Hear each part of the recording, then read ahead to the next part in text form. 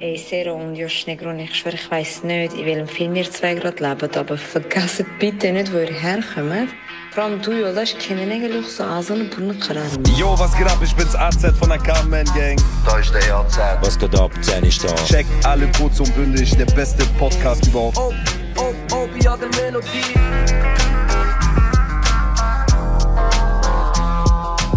Okay, von wo kommen meine Seelenverwandte? Kurdistan? Du und die scheiß Podcast hier. Beide. Schön und gut, aber ich verstehe den Hack immer noch nicht. Das ist kurz und bündig morgen.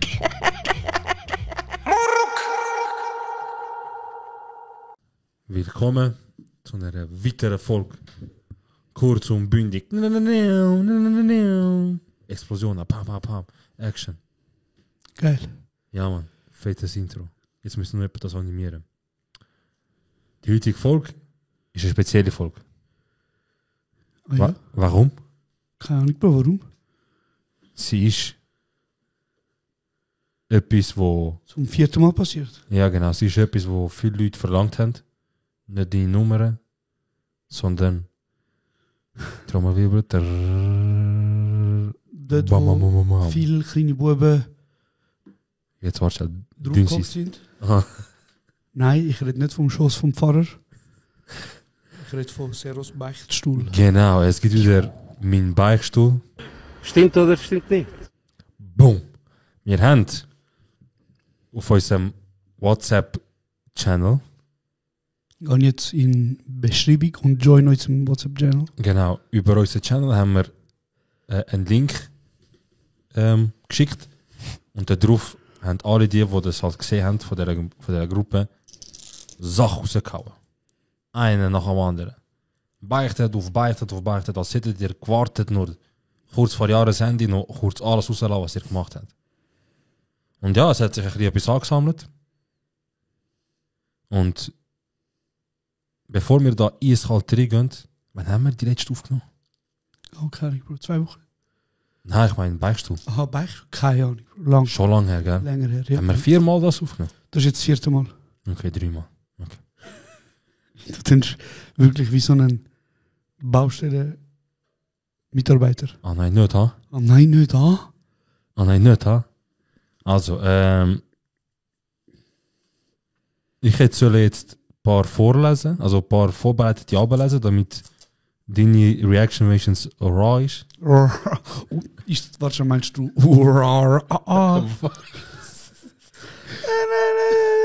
Bad Romance. Kennst du? Lady Gaga. Ah ja, sagt mir etwas, aber das ist jetzt ganz... Ich weiß, aber Ich hab gedacht, es ist mir gerade das. hey Bro, wenn wir schon bei so Musik sind und so, ich habe jetzt ein Lied gespeichert und seit ich es gespeichert habe, ich kann es nicht öffentlich hören, weil ich weiß nicht, ich stelle mich jedes Ich Mal... kann das. Ich eigentlich, was heißt, das Lied habe ich, es ist so irgendwo am Laufen gewesen, das ist... Wenn man ich kennt. Es ist in der Mitte vom Lied ist am Laufen gewesen. Und ich kenne es, ist alt Lied und ich finde es eigentlich hure schön. Ja, aber. Nein, es ist gespeichert. Und die letzten 2-3 Tage, weißt du, wenn ich so etwas mache im Wohnzimmer, was auch immer, oder im Zimmer, ich höre laut Musik. Über Box oder über Fernsehen. Und immer wenn das jetzt kommt, ich versuche so schnell es geht weiter, aber davon hört man gerade. Ja, wie geht das Anfang? Ja, wenn ich das sage, dann checkst du gerade. Sag. Maya. Das ist doch so eine ungarische Ja, aber das ist, ich rede vom T.I. und der Rihanna. Das Live Your Life. Live Your Life. Ja, genau. Das ist geil. Eigentlich ist es geil, aber Bro, ich habe es eben letztens laufen lassen und etwa vor 3-4 Tagen meine Cousins sind bei mir gewesen. Ja. Und der eine Cousin hat das gehört. Ja. Er so, los was der los, los was der... Nachher bist du runtergekommen. Und nachher ich so, ich so, Jungs, ich schaffe. Jungs, man. Kann der Radio top ist. Scheiße, warte, RDW von Hafenfeld. Nein, geil. Also auf jeden Fall, ich hätte ein paar aufmachen. Ich habe gefunden, es macht mehr Sinn, dass ich einfach drauf losrede und aufmache. Und es ist kein Beicht, aber es gibt gerade jetzt einen guten Input.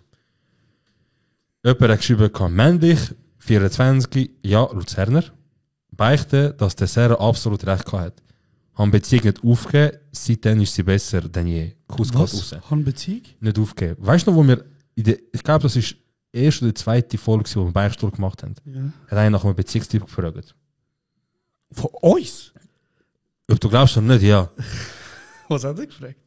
er beichte ist gsi, so la wie, er ist unsicher, irgendwie ist so gsi, er ist sich nicht sicher, ob das verhebt und so weiter, weißt du? Ja. So checkst du, ich meine, aber nicht, es hat nichts mit Betrügen zu tun gehabt, es hat nichts damit zu tun gehabt, dass es irgendwie, Gott fette Beef gibt, einfach, er hat einfach so angefangen, so, das längerfristig hinterfragen. Und dann habe ich gesagt, du hast aber gesagt, also, das ist nicht ein guter Input. Was meinst du mit Input? Also, sorry, du hast gesagt, das ist nicht ein gutes Gefühl, wenn du schon anfängst hinterfragen, Ah, er hat einen Grund. Ja, fair. Und ich habe gesagt, Bruder, und er hat gesagt, weißt du, genau, ich glaube, der Punkt war, sie sind schon ein paar Jahre zusammen gewesen. Und die Frage war so, lohnt sich, also weißt du, so, genau, der Punkt war, ich bin jetzt schon 4 Jahre in der Beziehung, seit 3 Jahren. Und jetzt hinterfrage ich. Und du sagst, Bruder, ich weiss noch, dein Punkt war, Bruder, du nicht eine Beziehung, egal, also jetzt auch unabhängig von dem, du nicht eine Beziehung sagen, ja, ich mache jetzt weiter, weil wir schon so lange dran sind. So, wenn es nicht läuft, dann läuft es nicht. Fair. Eben. Und ich glaube, das ist der, wenn ich mich täusche, schreib uns. Und du hast gesagt, mach weiter. Und ich habe gesagt, Bruder, es hat einen Grund, wieso du zusammengekommen bist mit dem Menschen. Krass. Okay, und jetzt sagt der Beziehung ist besser denn nie. Ja, und er geht Küsse raus und eine Bitte an uns, dann sagt doch deine Partnerin, sollte uns den Podcast abonnieren, uns folgen, 5 Sterne geben, überall möglich, wo es nur geht, folgen und so als weißt du, ein bisschen zurück, wenn wir schon dein Leben gerettet haben. Wenn schon so die Aktie von deiner Beziehung so ist, dass es gegen Uhr geht, dann wir sind der, der das gehypt hat, verstehst du? Fix. Das als Einleitung. So. Was hast du auf Weihnachten gemacht? Ich bin zu Weihnachten eingeladen worden, zum Weihnachtsessen. Geil. Haben so im kleinen Rahmen so geschenkt. Also, Geschenkt.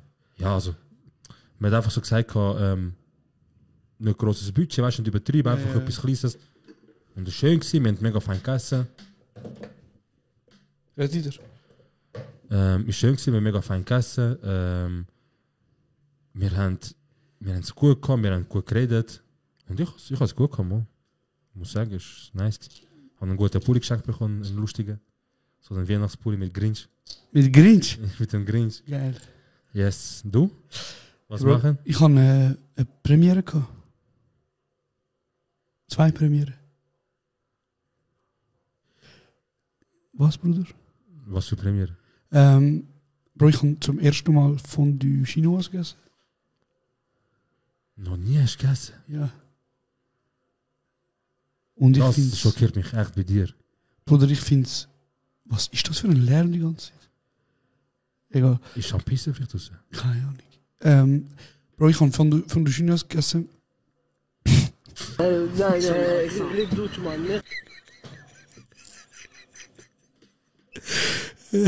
Zum Fernsehen ist es nicht Deutsch, es ist Französisch. Ich dachte, so ein Meme gesehen, ich habe sogar auf Threads postet, Bruder. Einer schreibt so, why do they call this Police 12? Einer schreibt so, will 911, 9%. Das heißt, einer schreibt so, it's 11. Ich so, wenn der Josh einfach sagt, es ist so. Einfach redet. Bro, ich habe Fondue Chinois gegessen und ich muss ehrlich sagen, geil, aber chillen ein bisschen. Bro, ist schon geil. Also ich finde es ein bisschen überhaupt. Mit das hast du gegessen? Fleisch. Aber also, was für Fleisch? Also beim ersten Mal, ich Ja. habe 2 Tage hintereinander, beim ersten Mal habe ich so vom Metzger einfach das Fleisch geholt, Kalb, Lamm und Rind. Kein Schwein. Kein Schweiniges. Halal. Und beim zweiten Mal hat der Vater von der Hanna Extra Schwein gehabt. extra Schwein geholt, einfach zum sagen, in meinem Haus. Nein, Spaß. Absoluter King übrigens. Shoutout. Falls du los ist, Bro. Er hat, Bro, er geht jagen. Und er hat Meine wild Cousins geschossen, auch. Bruder. Ja. Er hat wild geschossen. Hast du schon mal wild gegessen? Also Reh. Zum Beispiel. Zum Beispiel, ja. Also Bruder, grundsätzlich. Also bei ihm wäre es einfach, er hat es frisch gejagt und gegessen. So. Ja. Eben, ja. So nicht, nein. Also frisch, Bruder. Er hat es im Tiefkühler gehabt, nachdem er das vor irgendeiner Zeit mal Aha. geschossen Aber hat. dann verraten, dann habe ich auch, ja. Aber ich glaube, es, Bruder, das Fleisch schmeckt anders, wenn du weißt, der Mann gegenüber von dir Hat gejagt. hat das gejagt, Bruder. Wie ein Mann, Bruder. Nein, Mann, ist geil gewesen. Aber mir ist gesagt worden, als verlässlicher Quelle, das Geile an Fondue Chinoise ist ja Soße. Also ja, die Soße, die eigentlich dazu gibt. Genau. Zum Du Fleisch. bist So, ja. überraschend gut informiert über Fondue Chinoise, Bruder. Bro, sicher. Das letzte, was ich kann, ist bei meinem vorletzten Arbeitgeber im Weihnachtsessen gewesen. Fett in der Ballert. Ehrenlos. Bro, ist schon geil, weißt du? Also Ja. ich meine, es macht auch Spaß dort, jeder tut seine Dinge rein. Wie an gewissen Partys, wo ich auch schon gewesen bin. Baba, richtig chillig geil. Aber so, ich meine, Bro, wenn du Fleisch mit Soße so geil findest und ein bisschen Pommes, Bruder, komm mal da, Dönerladen von meinem Vertrauen. Ja, safe. Aber hast du Rindfleisch gegessen? Rehfleisch gegessen? Wild. Rehfleisch. Wild. Bruder, ich weiß nicht, was es genau war, weißt du, ob das jetzt Aha, okay, du hast Hirsch, Aha, Reh. okay. Ich glaube nicht, dass es Reh ist. Bruder. Okay, aber hast du schon mal Reh gegessen? Vorher. Ja. Vor diesem Tag. Ja, generell. Hast du schon mal Ja. Rehfleisch gegessen? Ja. Sind sie noch in der Okay. Wir sind uns einig, das ist richtig ekelhaftes Fleisch. Ich finde nicht, Bro. Ich liebe deine Mimik einfach, Bruder. Bro, ich weiß noch, Mhm. Haushaltskunde, erste oder zweite Oberstufe. Zur Nacht. Oder zum Mittag. Mhm. Und normal hungrig, weißt du? Hungrig, ja. Und sie sagt, es gibt mit Fleisch. Geil, Geil. geil. Und die so Beilage. Ja. Was hat ich mal gesagt, ist ekelhaft? Warte schon. Als Beilage. Ja. Der rote, Mhm. das Ding. Rande, Bruder. Rande, Bruder. Äh. Aber das ist noch oft so. Ja, zu Rehfleisch. Rehfleisch. Und dann ist noch Herdenverstock. Geil. Ich sag dir ganz ehrlich, Herdopfel. Na cool. red doet man, ne? Herdopfen? Kannst du geben, nein, kill Herdopfen. Er hat das nicht. Ey, man, Bruder. Ich sag dir ehrlich, Herdöpfelstock. Hast du mal überlegt, Wenn du Herdöpfel? Angst hast, das so Bruder, groß. Hast du schon überlegt, Herdöpfel? Ja, Wegen Apfel von meinem Herd. im Herd. Ja. Mhm. Oder Erdöpfel. Nein, Was soll Herdöpfel. das haben? Ja, fair. Was soll ich sagen? Du, das ist noch eine geile Kombo Ah, mit dem Herdöpfel. Bro, nein, einfach allgemein, Herdöpfelstock ist eins von den most underrated Ja, foods. safe. Ich liebe das eigentlich auch brutal. Und deswegen habe ich gedacht, ey, das ist eigentlich noch geil. Ja. Bis ich das Fleisch auf die Pfanne tue und nach einer Minute kommt, ist gut, nicht muss. Ja, Baba, Bro. Bis dato ist für mich Fleisch gewesen, durch. Ich habe nur Kurdisch erkannt. Bruder, du kannst nicht gerne blutigen. Ey, ich habe das nicht, das ist zum ersten Mal gewesen, ich so, ist das? Sie so, ja. Aber wild tut ja ganz schnell, wie sagt man, ist ganz schnell. Bro, es Klar. geht darum, dass ich einfach so der Kenner gewesen bin und ich kann nur grillieren, so von kurdischen Grillfleisch und du schon voll durchgrillen, so. Mhm. Und ich bin so dort gewesen, ich schnitt so ein Stück, Mhm. ich esse, hey, Es schmeckt ein bisschen wie Nieren. ich habe gerade, Aber du hast ja Kokoretsch gern. nein, ich habe es noch nicht probiert, ich will es gerne probieren. Ah, okay. Nachher habe ich den Herdöpfelstock gegessen und ich so, okay gut, dann gibt es einfach nur das. Dann habe ich das gegessen und dann habe ich mit Lehrerin, weiß nicht, Flucht. verflucht, schlimm. Ich habe mit ihr so persönlichen Beef gehabt, Ja, auch mit das ist ihr. die. Ich habe einfach die Geschichte eigentlich angefangen, damit du kannst eine gute nächste Beichte suchen. Aha. Oh, sorry, tut mir leid. Schon gut, aber Also ich habe etwas gesehen, aber ich habe nicht durchgelesen. ja, Weißt, ja, ich mach habe mal. gedacht, hey Jungs, erstens, ich liebe euren Podcast, King. Und zweitens, ich habe mit einem ein Jahr lang geschrieben, bis um sich kennenlernen. Alles ist gut gelaufen. Wir sind auch fast in einer Beziehung gewesen, bis ich ein Vorstellungsgespräch hatte und der gegenüber von mir als mein zukünftiger Chef geguckt ist. Fertig. Das wär's. Ja, Bro, mein zukünftiger das ist K eigentlich und ich habe fast K vorgelesen. Der ganze Text hat mich ein bisschen irritiert, Wieso, aber wieso? ja, weil es komisch geschrieben war. Aber auf jeden Fall, okay. Ja, dann hättest du eigentlich die Stelle auf Safe gehabt, nicht? Könntest- Oder du bist fast in einer Beziehung, dann hast du nicht gelaufen, nachher Er hat sicher nochmal gerufen, um sie demütigen. Ui. Könntest du mit jemandem etwas haben, mit dem du schaffst?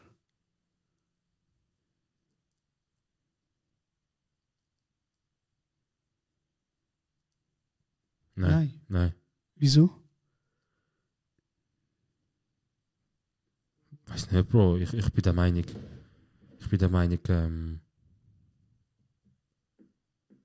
Nie eine gute Idee. Nie. Nie. Wir haben so das Gleiche so mit jemandem von deinem Kollegenkreis etwas haben. Okay. Also nein, eigentlich nicht. Nein. Also komm, mach nächste Woche. Das war richtig mal trash gewesen. Ich schaffe bei der SBB und warte nur, dass ich den Zero kann ficken.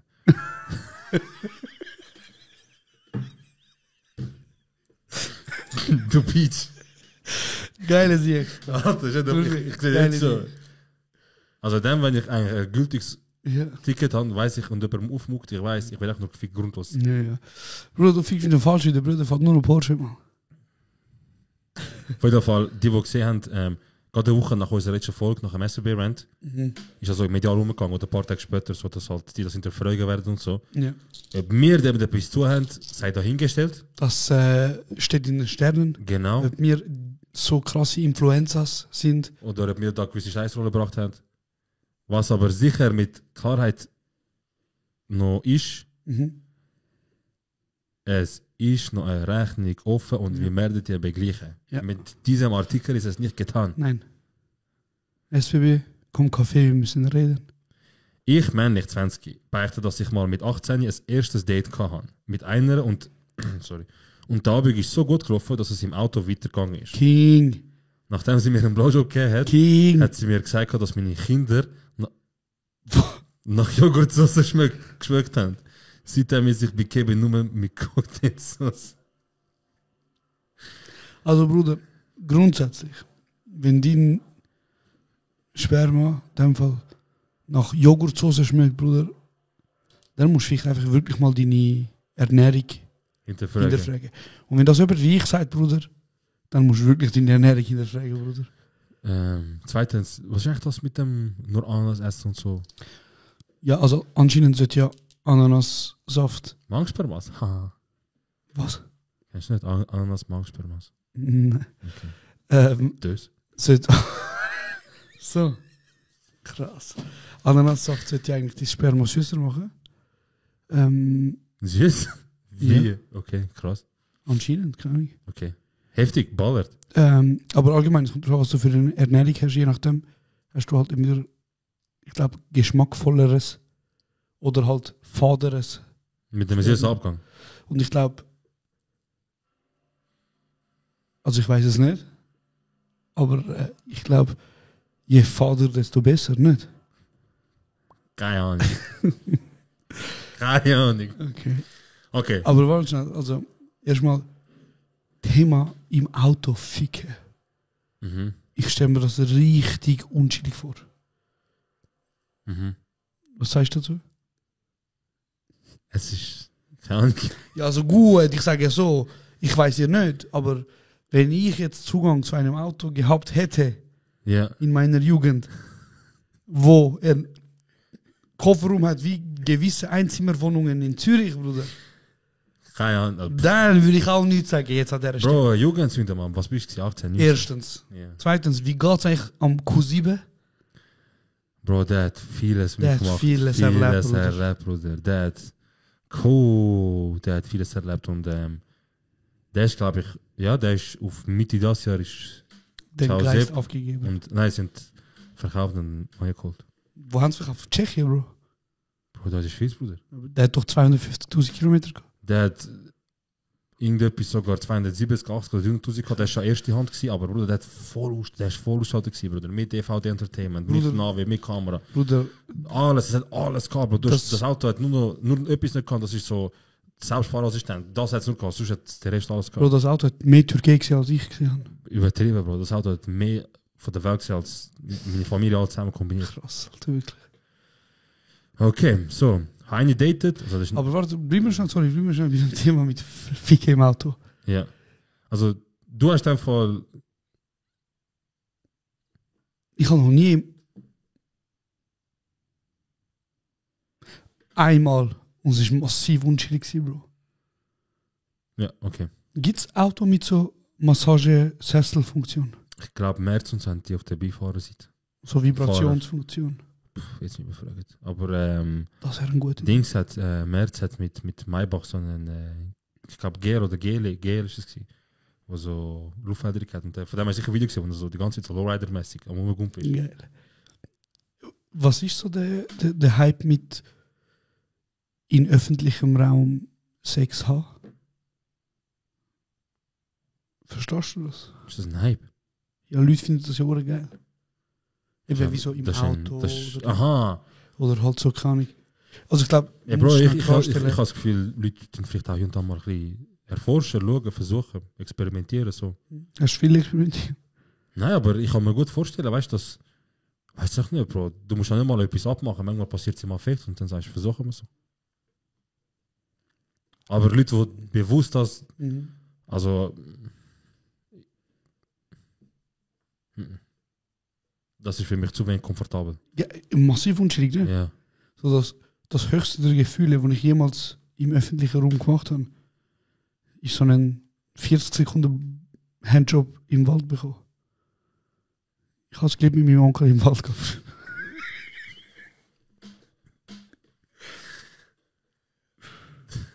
Sorry, Bro. Alles Sorry alle, die easy. da draußen, die Erfahrungen gemacht haben. Mit ihrem Onkel. Okay. Die Hure. Willst du weiterreden? Nein, es ist. Jetzt Okay. werde ich. Okay. Also, die nächste Beichte. Ich habe eine datet, die Nasenspray-süchtig war. Fand schon mal gut an. Schwer behindert. Kommt mir das nur so vor, oder ist letzte Zeit immer mehr und mehr Leute Nasenspray-süchtig? Ne? Hast du nichts, oder hast du es gesehen? Atmen. Ja. Weißt du, welche berühmte Person Nasenspray-süchtig ist? Wer? Eminem. Sido. Aha. Ja, stimmt, das glaube ich, haben wir wieder von dich erwähnt. Ja. Also ja, sorry, weiter. Hast du beim ersten Mal hören, nicht gross daran glauben und unter den Teppich gekehrt. Als ich dann mit ihr raus bin, habe ich es doch mal angesprochen und dann sagt sie einfach, fuck jetzt, wo du erwähnt hast, muss ich kurz. Sie packt dann einfach ihr Nasenspray und fetzt den rein. Ich kann mir schon darüber reden, über die Nasenspray sucht. Ey, warte. Also, Erzähl. erstmal, man sollte sich ja nicht lustig machen über Menschen, die ein Suchtproblem haben. Ja. Aber von allen Süchten, die es auf der Welt gibt, ist Nasenspray-Sucht, glaube ich, die peinlichste. Schon schwach, Bro. Wirklich schwach, Bruder. Bruder, von mir aus, wenn du müsstest entscheiden, was so Abhängigkeitsskala von deiner Partnerin so am allerschlimmsten ist Crystal Meth. Ja, die ist dann die 2 Jahre nicht mehr deine Partnerin, Bro. Die ist tot. Crystal Meth süchtig, das Ja, Schlimmste. Ja. Dicht gefolgt von Nasenspray-Sucht, meiner Meinung nach. Boah. Ich hätte lieber eine Heroinsüchtige. So vercrackt, ohne Zähne. Anstatt dass ich würde sagen, ja, meine Partner, ich bin Opfer von einer Partnerin mit Nasenspray-Sucht. Also ich bin generell, sag nein zu Drogen. Also so auch, ich will nicht, dass meine Partnerin, Bro, ich sag dir ganz ehrlich, könntest du mit jemandem zusammen sein, der zum Beispiel Zum Cocky was süchtig geht ist? zum? Könntest du mit jemandem zusammen sein? Oder was? Nein. Ja, wo kommt? Tom. Ich so, was redet der Bruder? Ich hab's ganz verpasst. Tom. Ich habe bis hier ganz... Rote Ich habe verstanden, Emergency. du hast, Was hat er gerade du gesagt? hast zum Beispiel falsch gesagt. Aha. Das hat mir so tönt, klar. Ah, okay, dann hat er zum Beispiel gesagt. Ja. Tom.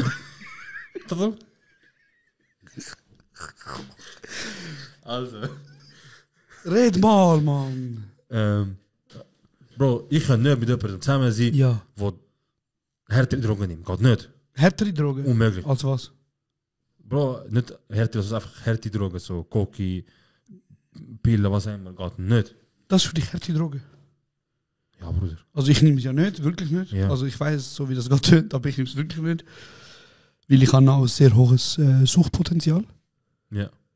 Aber ich glaube nicht, dass in unserem Kosmos, so Zürich, Umgebung, Freunde in unserem Alter, dass Koki und Pille als harte Droge abgestuft werden.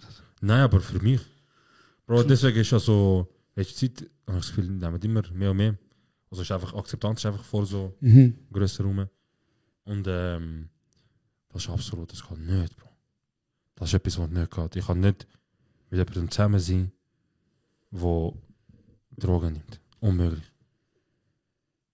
Okay. Also wenn du eine Freundin hättest, die ab und zu mal im Ausgang eine Nase zieht. Nicht möglich. Krass. Es geht einfach nicht, Bro. Ich weiß nicht, es geht einfach nicht. Hey, fair, Bro. Ich meine, es ist ja schon sehr fest verharmlost worden. So. Ja, vor allem halt so. Es wurde komisch, weißt du, zum einen gibt es so Dokus und so weiter, wo das so aufzeigen, wie schlimm das eigentlich auch ist. Und wenn eine neue Droge kommt, gibt es schnell auch so Berichte und Dokus, die sagen, Alter, weißt du, wir gehen voll kaputt mit dieser Droge, aber Bruder, die Leute einfach alle am alles Mögliche am nehmen. Aber was wäre schlimmer, Bro? Eine Freundin, die kokisüchtig ist? Nasenspray. Oder Nasenspray? Nasenspray. Bro, komplett. Also ganz ehrlich, das ist einfach auch peinlich. Oder? Also. Ich kann das. Ich verstehe es auch einfach. Also, Bro, logisch, aber ich check nicht ganz so, was ist das, was süchtig macht. Also, bist du denn drauf? Hast du einen Flash? Ich glaube, es geht darum, dass du das Gefühl hast von, du kannst schnaufen. Wegen Luft zu krass. Wegen Luft zu krass. So haben wir Luft. Aber hey, falls ihr wollt, besser schnaufen, habe ich für euch. Kann ich jemanden, wo. Nein, sag ich weiter.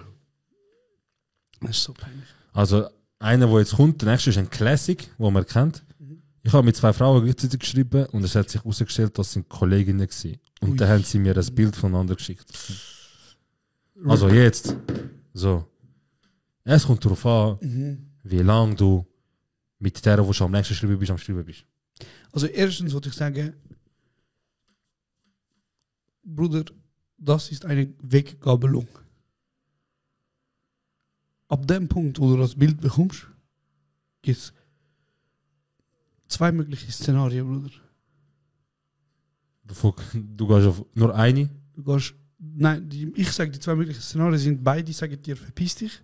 Ah, ja, so meinst du. Oder du fickst beide, Mann. Mashallah, Bro. Check doch drin, ne? Denkst du nicht, man kann die Karte richtig spielen? Nein, Bro, ich glaube, es kommt immer darauf an, wie du das machst, oder? Wenn du beiden natürlich das ganz gleiche Copy-Paste-Scheiß schreibst. Dann ist er einfach. Also. Mir fällt eine Geschichte ein, als ich 17 war. Ah, 16. Dir? Krass. Wer habe ich in Saturn geschafft? Mit 16? 16, 17, so. Etwas. Vielleicht 18, weiß nicht. 16, 17. Vielleicht. Ja. Und dann, ich bin ja dort schon auf dem iMessage-Trip gewesen. Und was ich dort gemacht habe, ist, ich bin mit 2 Frauen dort so ein bisschen am Schreiben gewesen. Und Bro, ich bin aufgestanden am Morgen und ich habe so gedacht, ey, ich habe einen also ich bin müde, ich bin kaputt, ich bin im Stress. Oder? Und was machst du so? Du schreibst, wenn du aufwachst, dein Babygirl so. Und ich habe dort 2 Babygirls gehabt. Ich habe 2 Babygirls gehabt. 2 Babygirls gehabt.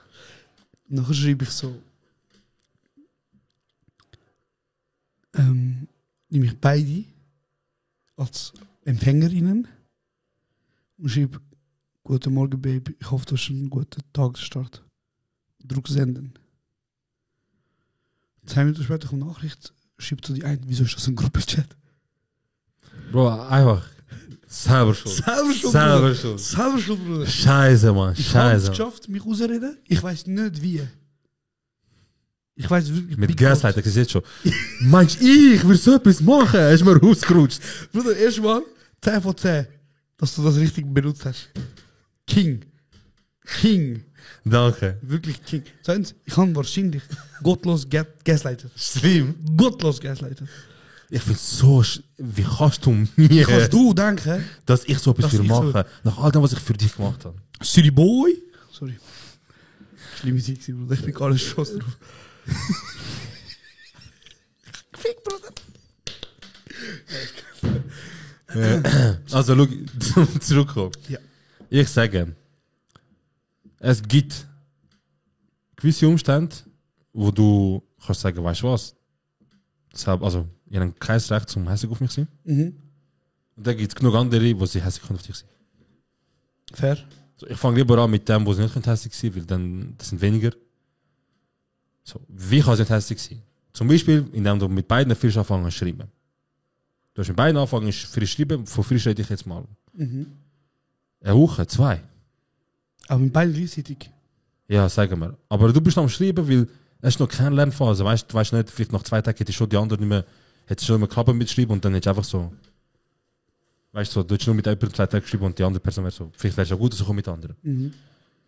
So, das ist das Szenario, wo du nachdem du kennenlernen, also nachdem du nach 1 Woche am Schreiben bist, hast du die Möglichkeit, dich zu entscheiden. Weil irgendwann mal musst du ja sagen, hey, look, mit dem Mensch vibet es mehr. Im besten Fall, ja. Ja. Ausser, Also das ist ja immer noch die Situation, wo man davon ausgeht, dass nicht alle Parteien voneinander wissen. genau. Ja. So. Irgendwann mal kommt der Punkt, nachher musst du mit anderen Karten, nachher ist gut. Wenn das in diesen 2 Wochen passiert ist, dann ist es passiert. Du hast nichts falsch gemacht, finde ich. Das andere Szenario, das auch gut ist, wo du jetzt eigentlich auch gut verstehst, ist, wenn du kommunizierst mit der Person A, dass es eine Person B gibt, mit der du am Schreiben bist. Ja. Einfach sagen, hey, einfach das weißt, ich schreibe noch mit anderen oder mit anderen. Keine Ahnung. Einfach, dass die weiss, dass sie informiert ist, dann kann sie immer noch sagen, ob sie mit dir schreiben oder nicht. Und dann wärst du ihm noch immer recht, weil du hast kommuniziert, sie wissen Bescheid von der Existenz. Fair. Alle anderen Fälle, es können 1000 Sachen sein, wären gar nicht okay. Zum Beispiel, auch wenn du es kommuniziert hast, der andere hast nicht kommuniziert und dir hast sogar ein bisschen Hoffnung gemacht, so wegen Beziehung. Und vielleicht ist das eigentlich für dich deine Sidechick, was auch immer. Eben, es gibt 1000 andere, aber ich finde die 2 Sachen, kommunizieren. Bro, ich finde es kommt auch darauf an, was für eine Tiefe von Beziehung das ist. Also weißt du, wenn du mit beiden eben einfach ein bisschen schreibst, also ich bin auch der Meinung, dass man offen kommunizieren sollte, vor allem in dem Alter, wo wir sind so.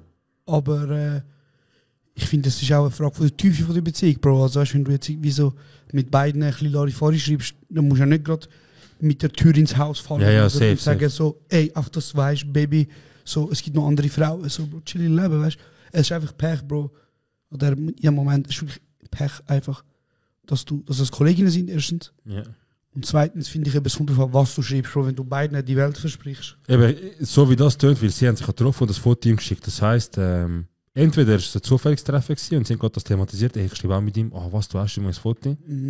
Oder er hat eben beiden Welt versprochen, die haben es rausgefunden und haben gesagt, jetzt ficken wir nichts. Ja, aber so oder so, ich glaube, du hast verloren. Einfach Merkst du, zweimal Korb kassiert. Loser. Merkst du, dass ich eigentlich auch Beichten am machen bin? Ja, fies. Checkst du, ist das Beichte. Die nächste Beichte. Ich weiß nicht, was kommt, ich lese es einfach wild drauf los. Ich habe eine mega schöne Cousine. Ja. Sorry, sag. Ich hatte eine mega schöne Cousine 2. Grades gehabt. Bin mit 15 so spitz gewesen, dass ich ihr in den Mur gehen, während alle anderen gleichzeitig im Zimmer am Pennen sind. Also erstmal Cousine, 2. Grades. wo gemeinsam, also erstmal, dass du mit deiner Cousine 2. Grades chillst, plus, dass ihr alle im gleichen Zimmer schlaft, sind für mich 2 Indizien dafür, dass deine Cousine, dass du Kurd bist. Ja, Kurd, ja. Kurd oder Arabi. Kurd oder Arabe. Bro, 15 und er die Mulge. Cousine 2. Grades. Ich meine, ja, das ist ja das Komische. Nicht, dass also Hey erstmal, Bro, ich sag dir ehrlich. King in my book. Ekelhaft. Nein, also ich sag dir, das Ekelhafte ist, dass so eine ist dann, das sind die Leute, die nachher ganz gepflegt, anständig, unauffällig in den Alltag gehen, aber die Heime dann so high one sind. Ja. Also ich persönlich finde, das kommt darauf an, wie geil sie ist. Ja, nachher ist Bullet nicht mehr so. Nein, aber eben, das ist noch schlimmer. Okay. Ja, easy, Bruder. Wir haben Nein, macht mir Spaß. Hey Bro, es ist weird. das ist von dir, gell? Nein. Oh, das ist fast von wem? Von wem? Sicher vom Jenny. Ja, wahrscheinlich. Lies mal vor. Nein. Ich lese vor. Nein. Ich beichte, dass ich am Sarah Kabut eine lutschen würde. Auf No-Homo-Basis. Auf einer Homo-Basis. Ja. King, same hier. Schlimmster Tag von deinem Leben. Ist das eine Frage? Bro, Leute sagen nicht, dass Beichte ist so. Du sagst uns. Mach weiter. Ich beichte, dass ich absolut Schiss davon habe, vor dem Augenbrauen zu zupfen und genau gleich viel Schiss habe, sagen, dass ich nicht will. Hast du mal Augenbrauen mit Faden entfernt?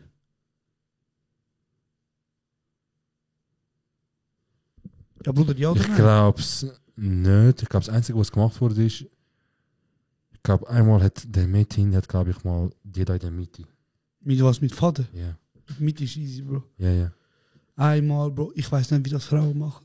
Ey, das schmerzt. Bruder, ich weiß nicht, wie das Da Frauen unten machen. nicht. Da unten nicht auch. Das ist Der neueste Shoutout Sadik ist, dass ich, mein Coiffeur, dass ich da die Fläche zwischen Bartansatz und Auge mit Wachs wegnehme.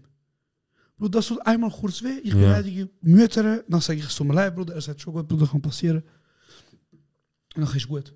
Aber der Faden fickt einfach, Bruder, das tut so schlimm weh. Ich habe das mit dem Wachs nicht machen oder mit der, was haben wir es ist, weil ich habe es mal gemacht und ich habe einen Ausschlag bekommen.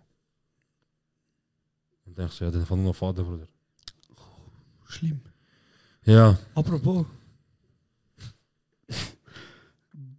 Bart. Aha. Ja, Mann, der Bart ist weg. Krass. Wie fühlst du dich? Wie ist 18? Wie ist 16? Sehr komische Aussage übrigens. 18, 19. Bro, ich fühle mich, ich habe ja, Ich habe mich sehr schnell daran gewöhnt. ja, fix, weil ich habe ja bis 26 so gesehen. Nachher sind statt 3 Haare einfach 10 Haare rum gewesen. Und auf die bin ich stolz rum gewesen, jetzt 1-2 Jahre. Und Du siehst jetzt ein bisschen aus wie ein Weihnachtsbaum. ja, Wegen der Farbe, ich weiß auch nicht. ich habe so Plan gewesen, Bruder. Krass, Bruder. Kennst du die Merry Christmas. Videos, wenn so jetzt im Insta so musst machen? Dann siehst du von AI, dass so eigentlich das Schloss und die Bäume eigentlich irgend so ein Schauspieler ist. Ja. Also, nächste Beicht. Eigentlich ist es nicht Max schlimm, aber ja, dann fangst du scheiße an. Ja, wirklich. Aber einmal habe ich Geld gebraucht und ich habe einfach so eine Kette von meiner Oma mir geschenkt. Wo meine Oma mir Geschenkt hat, verkauft und meine Mutter hat gute 2 bis 3 Wochen gefragt, wo die Kette ist. Okay. Das ist schon ihr Geld geklaut, Alter. Meine Cousine ist 7 und sie hat unbedingt ins Kino wählen. Und ich habe gedacht, vor dem Kino eine rauchen.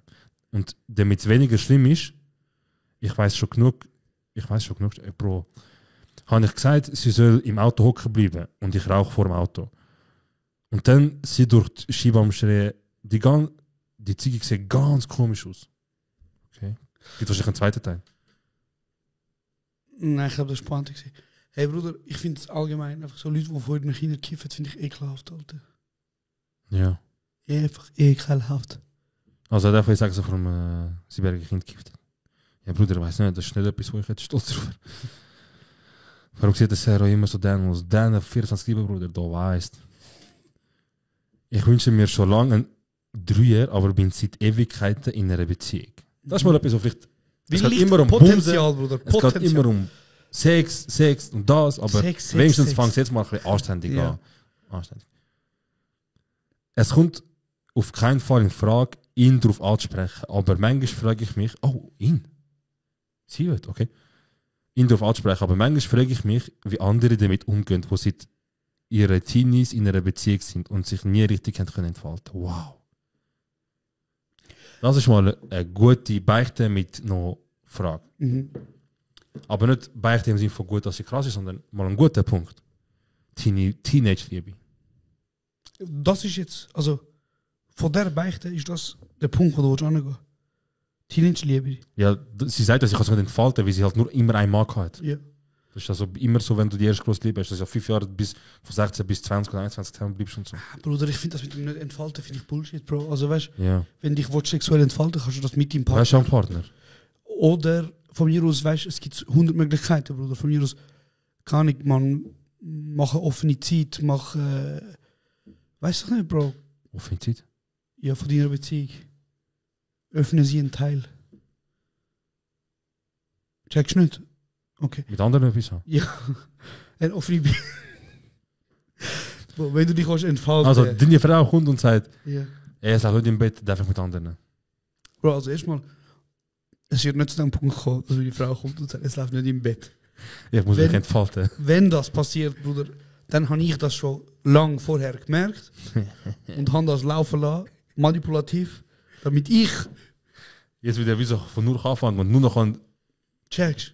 Pluspunkte sagen. Nein. Bro, das ist doch jetzt nicht das Thema, ob das jetzt etwas für mich ist oder nicht. Es geht nur darum, es gibt mehrere Möglichkeiten. Ja. Eine davon wäre zum Beispiel sagen, ich will darum eine Beziehung haben.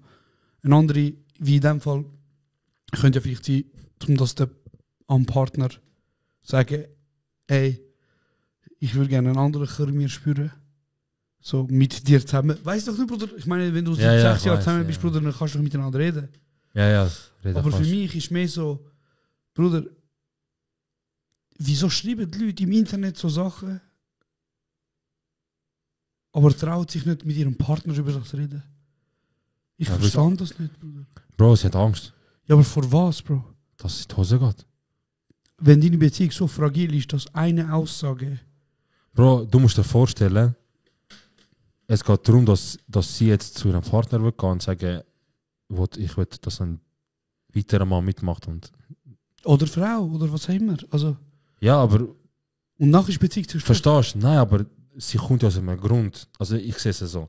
Aus einem bestimmten Grund denkt sie über das nach. Ja, aber... Und wenn du zu deinem Mann gehst oder zu deinem Freund und sagst, ich will das, und dann musst du auch begründen, wieso, dann geht es ja noch weiter. Dann geht es nicht darum, dass sie nur einen Dreier will, sondern dann sagt sie, aus den Grund. Mhm. Und dann denkst du, Bro, ich wäre als Mann, ich denke, wieso?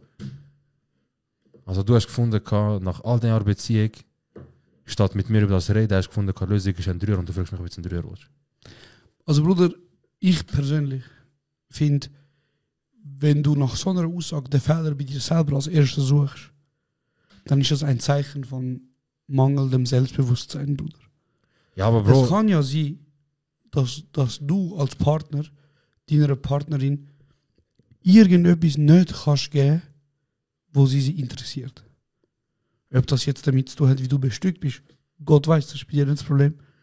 Oder, oder ob das vielleicht rein visuell... so gesagt, wie sie fressen. Ja, ich weiß. Rein visuell vielleicht steht sie, vielleicht will sie mal etwas anderes probieren, oder weißt du, was ich meine? Ah, dann sag doch von Anfang an, dann machen wir doch von Anfang an auf eine Beziehung. Nein, Bro, ich finde halt... Bro, das zählt nicht. Warte. Das mit sich selber zweifeln, das zählt nicht, Bro. Weil Ich finde schon, Bro. sie kommt ja und sagt, das sind die Gründe, wieso ich ein Dreier will. Ja, aber das weißt du doch nicht. Du hast jetzt selber bist davon ausgegangen. Ja, aber sie sagt ja... Was sagt sie? Sie sagt ja, ich frage mich, wie andere damit umgehen, wo sie Teen in einer Beziehung sind Ja. und sich nicht recht können entfalten. Nirgendwo in dieser Aussage. Sie sagt ja, dass sie nicht können sich entfalten Ja, aber das das hat doch nichts mit ihm zu tun. Oder nicht unbedingt etwas mit ihm zu tun. Es ja, kann doch, es sein- kann ja sein, dass, Bro, du kennst das selber, wenn du jahrelang in einer Beziehung bist, wie oft, es gibt sogar Sketches von Comedians, hunderte von denen, Bro, irgendwann mal, gewisse Leute haben einfach Routine, es läuft immer genau gleich. Ja, aber dass du als erstes Wie davon gewisse? ausgehst, dass du als erstes davon ausgehst, dass du sagst, der Fehler liegt bei mir als Partner, das ist für mich ein egoistisches und unsicheres Verhalten. Du redest doch zuerst mal mit ihr, um herauszufinden, was es ist. Vielleicht ist es etwas, was du gar nicht machen kannst. Vielleicht ist es etwas, was sie selber hat. Nein, ich sage, wenn die jetzt kommt und sagt, wie zum Beispiel, ich habe mich nicht recht entfalten, es ist immer das Gleiche, ich habe das Gefühl, du willst nicht Neues etwas probieren. Sag mir jetzt, ich sage jetzt das. Ja. So, dann hörst du einfach so Sachen, weißt du? Aber Weißt, dann okay, weißt du? Und dann kann man darüber ja. reden. Aber wenn sie so sagt, wie Sachen wie, ich habe das Gefühl, es gibt so 1, 2 neue Kings, die ich probieren, Ja. dann ist etwas anderes, Bruder. Ja. Dann ist schon, dann sage ich so, ich rede jetzt vom anderen. Ja. Bei dem mit den Kings und so, full.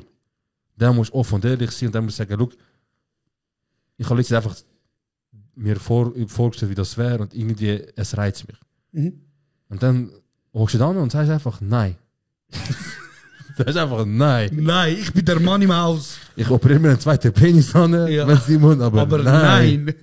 Hey Bro, eben, ich bin der anderen Meinung. Also, vor allem, eben, ich kann auch, also weißt du, so rein in der reinen Theorie. Aber das ist für mich eine Diskussion, die ja sehr tief geht. Also, ich muss schnell an dieser Stelle klarstellen, Bruder. Eine offene Beziehung ist nicht etwas, was ich will. Ja, ich halt. Also, So. ich sage von mir aus, ich bin ein Mensch. Ja. Ich weiß 100%, ich kann nicht mit etwas leben. Ich möchte das einfach nicht, Bruder. Und ich muss auch nicht wollen, ich weiß nicht. So. Ich schwöre, ich will bitte, nicht. bitte mach nicht. Nein. Aber der Punkt macht für mich irgendwo durch schon Sinn. Weil wenn du dich entscheidest mit einem Mensch, so, und das ist dein Lebenspartner. Das heißt, du baust mit dieser Person das Leben auf. Du machst Familie. Du machst all das. Theoretisch machst du all das, was du mit deinem besten Kollegen auch machst. Oder? Ja. Theoretisch so. Also ich könnte mir vorstellen, mit dir zum Beispiel, Bruder, ein Leben aufbauen. Ich könnte mir vorstellen, dich ficken. King, Bro. Wirklich King, Alter.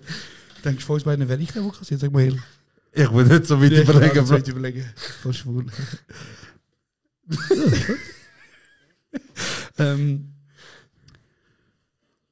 Und dann willst du mir sagen, all das tust du aufs Spiel setzen oder sagst du, das alles hat für mich keinen Wert mehr, wenn meine Partnerin mit jemand anderem etwas Körperliches hat.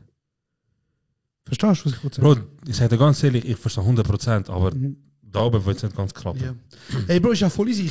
Ich finde auch nicht, dass man das jemandem muss aufdrängen muss. Ja, fix. Erstens. Zweitens, wie gesagt, Bruder, ich bin kein Verfechter von offenen Beziehungen. Also kein Bro, weißt du, Verfechter. so wie du es erklärst, eigentlich, es wäre maximal gesund. Also es ist sehr rational. Ja, es ist maximal so, wenn du in der Lage bist und du es kannst handeln, dass es für dich absolut kein Thema ist, so, dass das Intime halt auch andere können sehen oder erleben.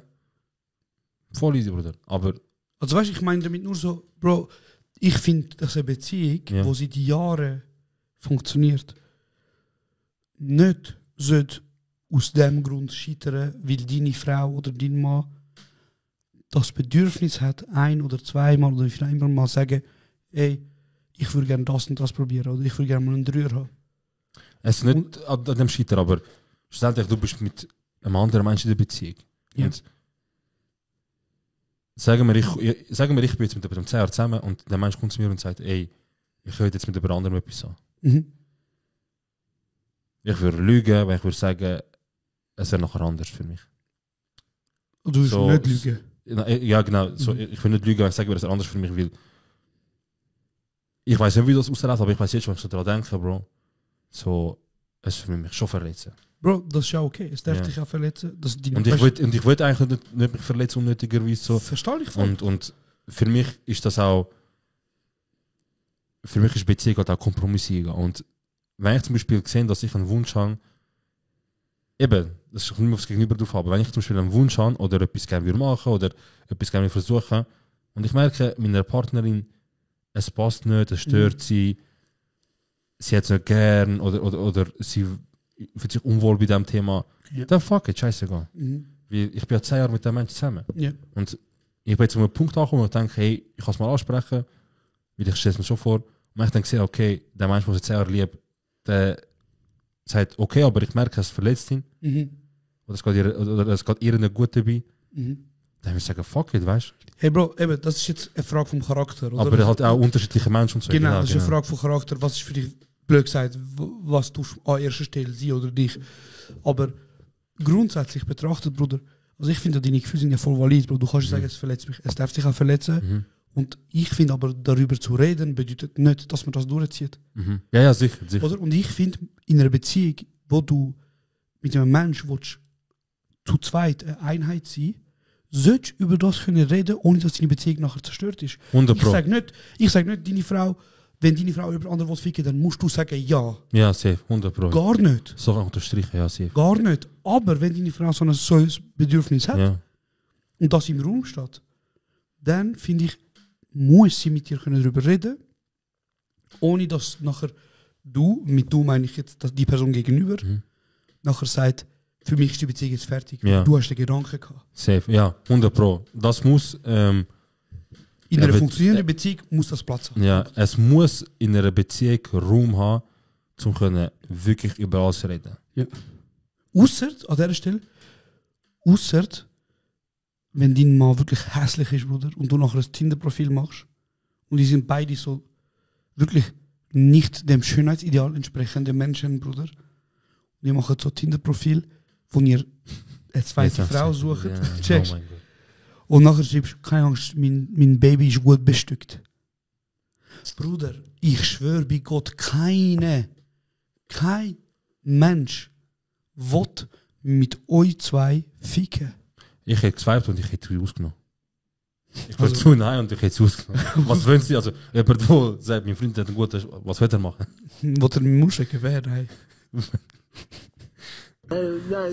Bro, ja, 100 Pro. Eine Beziehung muss Platz haben, bin ich absolut bei dir. Es muss Platz haben, um alles ansprechen, um thematisieren. Weil, solange du nur sagst, ey, ich habe das im Kopf und ich will über das mit ihm reden, weil unterschätzt nicht, wie viel Reden hilft. So, wenn du in einer Beziehung bist. Egal, ob in einer Beziehung, in einer liebevollen Beziehung bist mit einer Partnerin, aber auch mit Kollegen, Kolleginnen, weißt du. So. Weil, oft stellen wir uns eine Frage oder stellen uns etwas vor oder denken über etwas und wir tun den Gedanken in Szenarien rein. Okay. Wenn ich meine Kollegen das sage, dann sie sagen sicher so, nachher so, fuck so. Ja. Machst du die Spirale, Bruder. Checkst und nachher kommst du nicht, also du hast das Gefühl, weil du hast ja Angst und Respekt vor der Situation, das ansprechen, so. Nein, Angst und Geld habe ich Du bist nervös, du hast Angst, das ansprechen, das ist ja nicht normal, so, das ist nicht so gängig, so etwas ansprechen und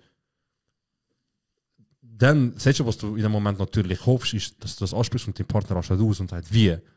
Aber sorry, lass mich nicht so hören. Ja. Aber es muss den Raum haben. Bro, ich kann, wie soll ich sagen, ich bin 29 und jeder von uns, auch 30, 40, 50-Jährige, 60-Jährige.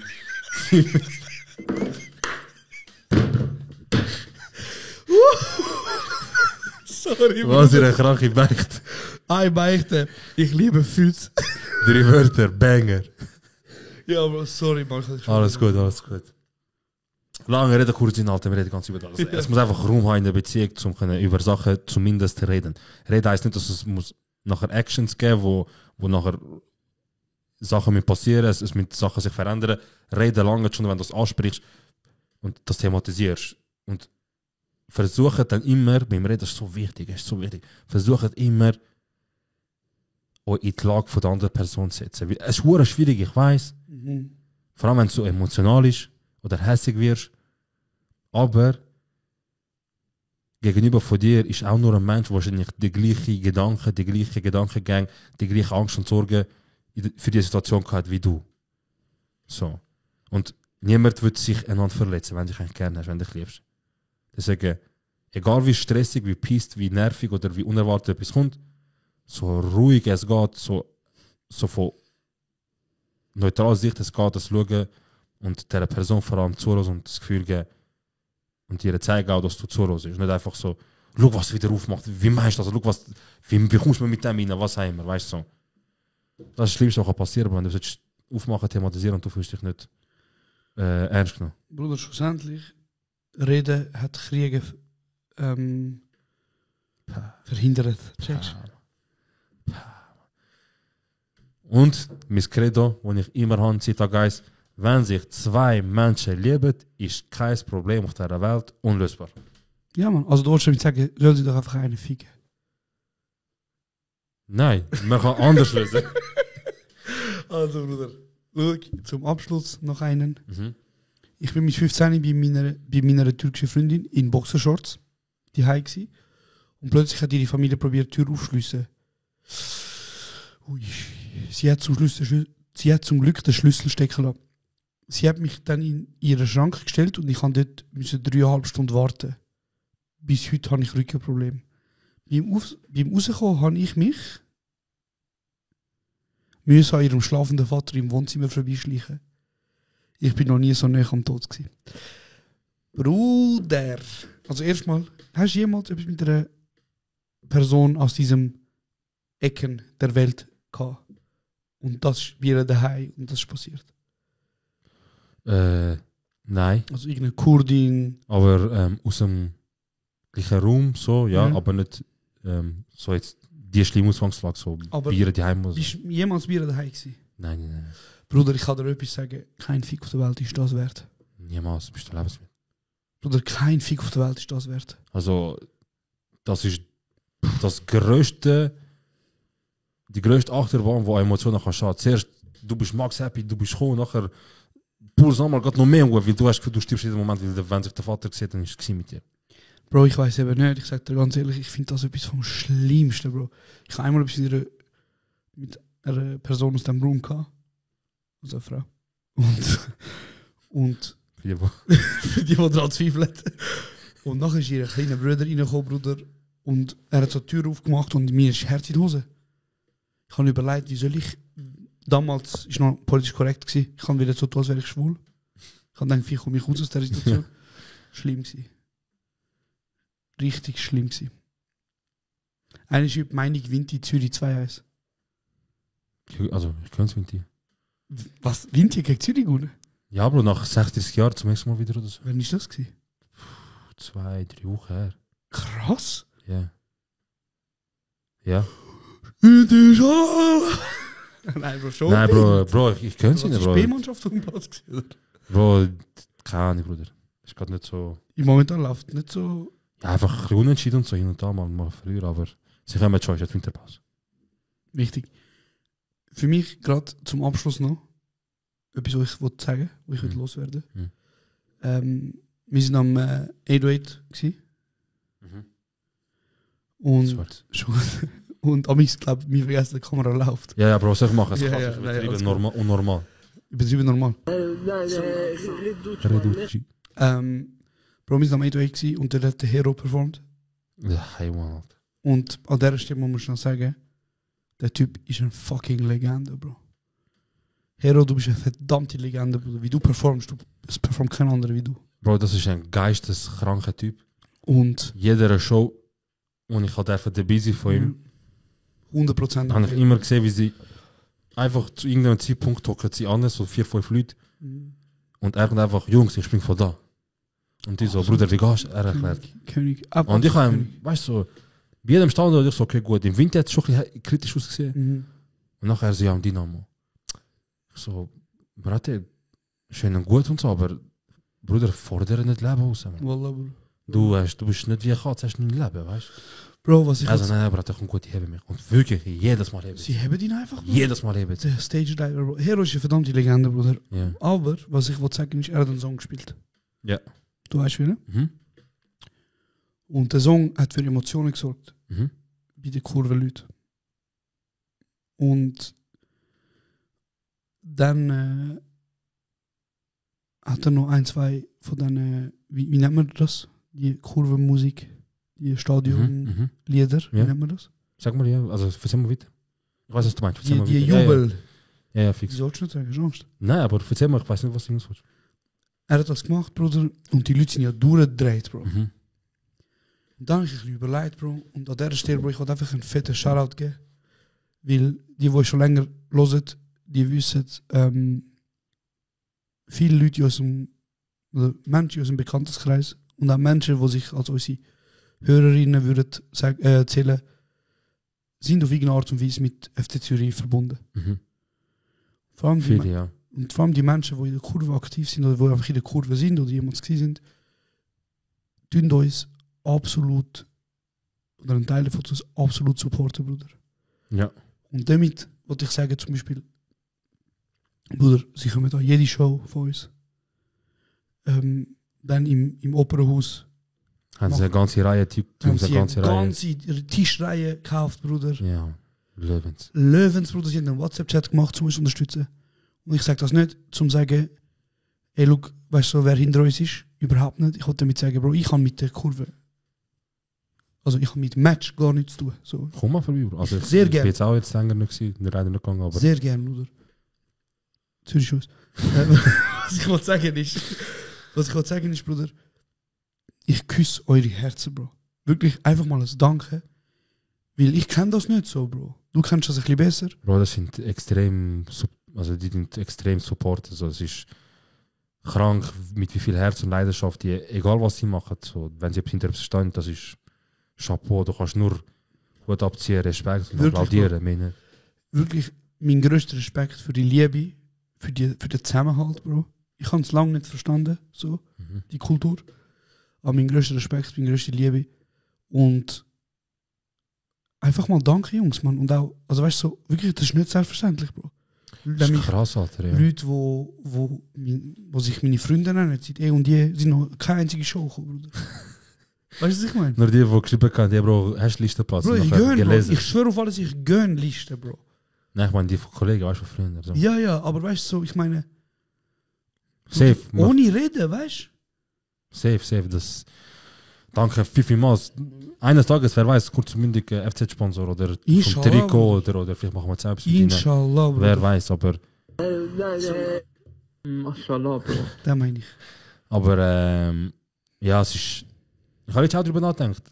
Also, um das weiter bevor ich weitergehe, kann ich mich nur anschließen an Josh. Es ist wirklich extrem krass, wie wir supportet werden, wie wir unterstützt werden in diesem Kreis vor allem. Und nur Liebe zurück. Und ich hoffe, wir können wirklich etwas mitgeben für euren Alltag, für euer Leben, Mhm. jetzt für alle. Und wir danken euch, dass wir das jetzt ein Gleis 2 dürfen machen. Voll. Und wenn wir schon dabei sind, gleich 2 Jahre, Birthday-Show. Die erste ist ausverkauft, es hat noch einzelne Tickets in der Zusatzshow. Mhm. Und ich und Josh gehen demnächst in die Berge, Yes. um das Ganze vorbereiten für die Birthday-Show. Wir gehen wirklich so wie im Film.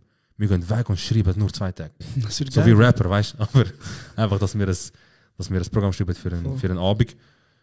Und ja, ich habe jetzt auch überlegt, Bro, ich weiss noch, wo wir ganz am Anfang, wo wir unseren Podcast angefangen haben wir das so EAZ gesehen und ein paar andere bei uns gehabt. Mhm. Und es war so das Thema gewesen, wirklich so ganz am Anfang, vor allem haben wir es immer wieder angesprochen, die Nie-Gönner-Kultur, Mhm. die wir da in Zürich haben. Mhm. Und letztes habe ich realisiert, es ist im Wandel. Es ist wirklich ein Mann, Bruder. Also Künstler untereinander supporten sich, unterstützen sich, hypen sich. Mhm.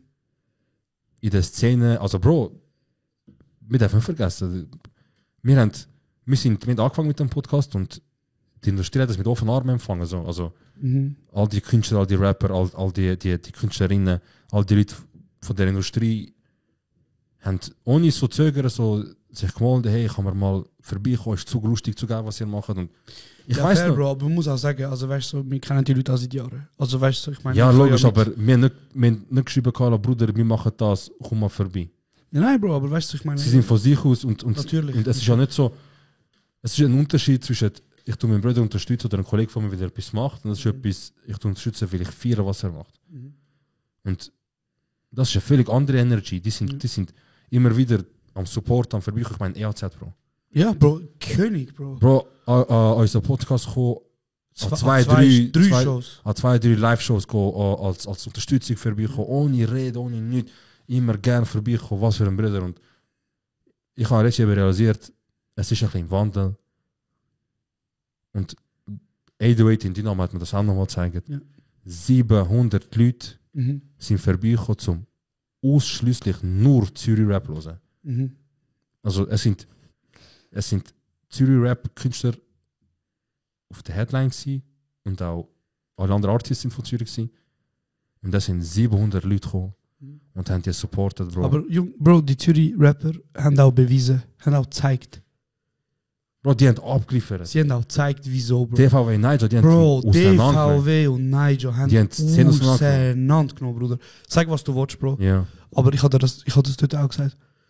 Bruder, es ist insane, wie die Leute die Texte auswendig können. Schlimm.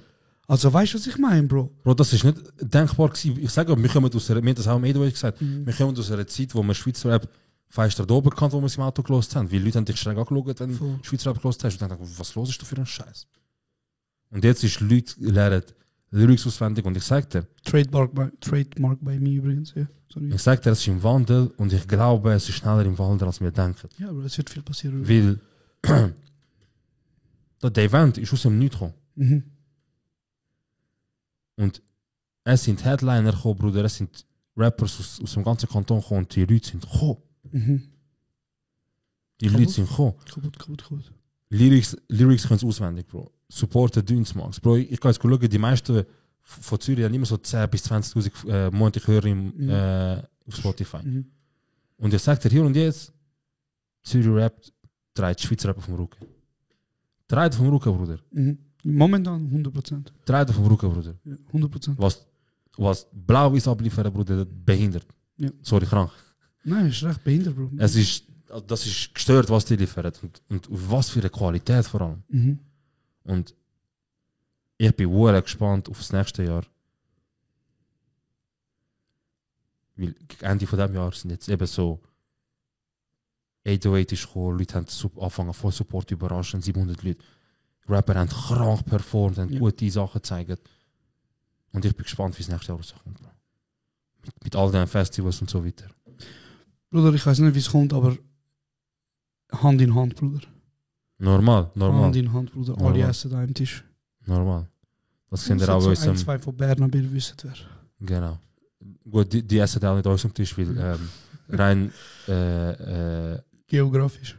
nein, also rein geografisch, wie aber auch rein moralisch, aber auch Weltsicht, ansichtstechnisch, haben die Menschen nicht an uns am Tisch verloren.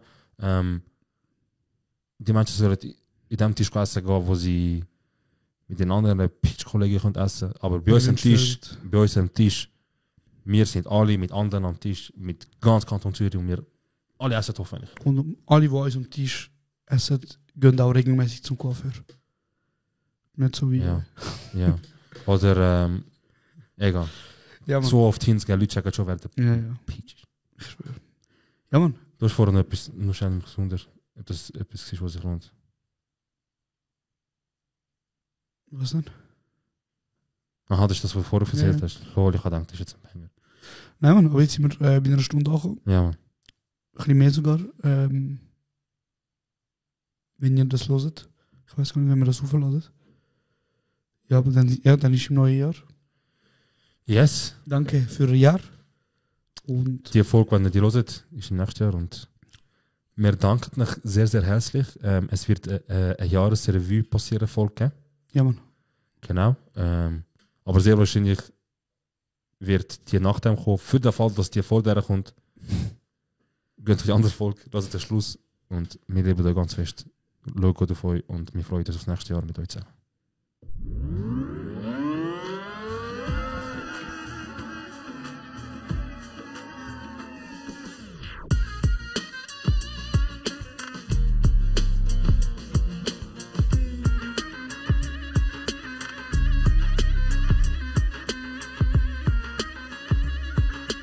Das ist kurz und